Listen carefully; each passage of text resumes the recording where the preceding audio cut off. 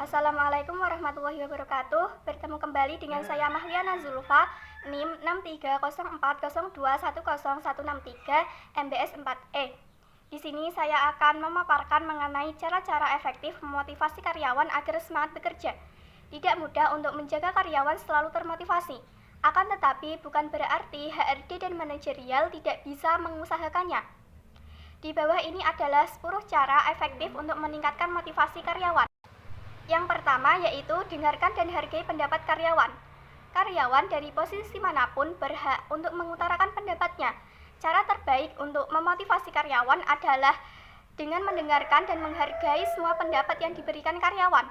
Ide-ide baru dapat menjadi inspirasi bagi perusahaan untuk meningkatkan inovasi dan kreativitas dalam operasionalnya. Yang kedua yaitu apresiasi kinerja karyawan. Jangan hanya menuntut kinerja dari karyawan, tetapi ingat pula mengapresiasi kinerja karyawan.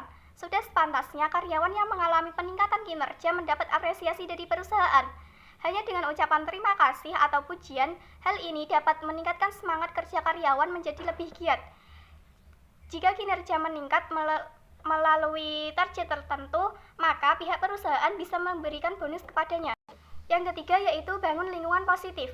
Lingkungan kerja yang positif dapat membantu karyawan untuk mengembangkan kinerja yang jauh lebih baik. Lingkungan positif bisa dimulai dari memelihara budaya perusahaan seperti integritas, loyalitas, dan komunikasi yang efektif. Karakteristik ini lama-lama akan terbentuk menjadi lingkungan yang positif dan mendorong karyawan untuk lebih baik bekerja di perusahaan tersebut. Yang keempat yaitu jaga transparansi. Transparansi dalam perusahaan menjadi awal kepercayaan antara pimpinan dan karyawan. Tanpa adanya transparansi, kerjasama tidak akan berjalan lancar dan baik. Contohnya, jika ada kendala dan hambatan dalam proyek, pimpinan atau manajer harus memberitahu kepada karyawan mengenai resiko apa yang akan dihadapi selama proyek berlangsung. Jangan sampai pihak perusahaan menutupi dan justru karyawan mengetahui hal tersebut di belakang. Sebab hal seperti itu akan mengurangi kepercayaan karyawan terhadap perusahaan. Tips yang kelima yaitu berikan jenjang karir. Semua karyawan pasti ingin naik ke jenjang karir yang lebih tinggi. Agar karyawan menjadi termotivasi untuk bekerja lebih giat dan loyal terhadap perusahaan, HRD bisa menyiapkan jenjang karir yang menjanjikan. Jenjang karir ini mempunyai kompetensi tertentu yang harus dikuasai oleh karyawan.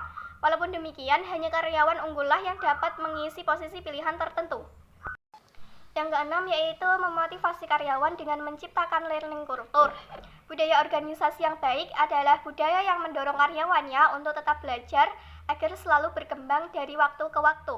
Pembelajaran dalam perusahaan dapat didukung dengan menciptakan learning culture. Dengan learning culture yang kuat, karyawan akan terus terpacu untuk meningkatkan skill, produktif, dan membantu sesama rekannya yang mengalami kesulitan dalam pekerjaan.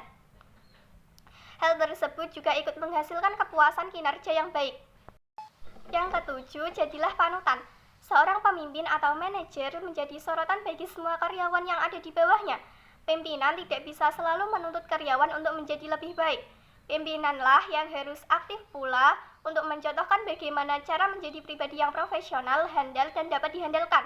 Dengan begitu, pimpinan akan menjadi panutan atau role model dalam perusahaan bagi karyawan. Yang kedelapan, siapkan fasilitas selain gaji.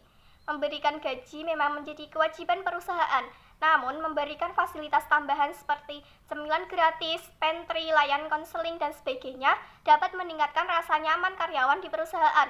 Karyawan yang nyaman mampu bekerja lebih baik dibandingkan karyawan yang merasa tidak nyaman.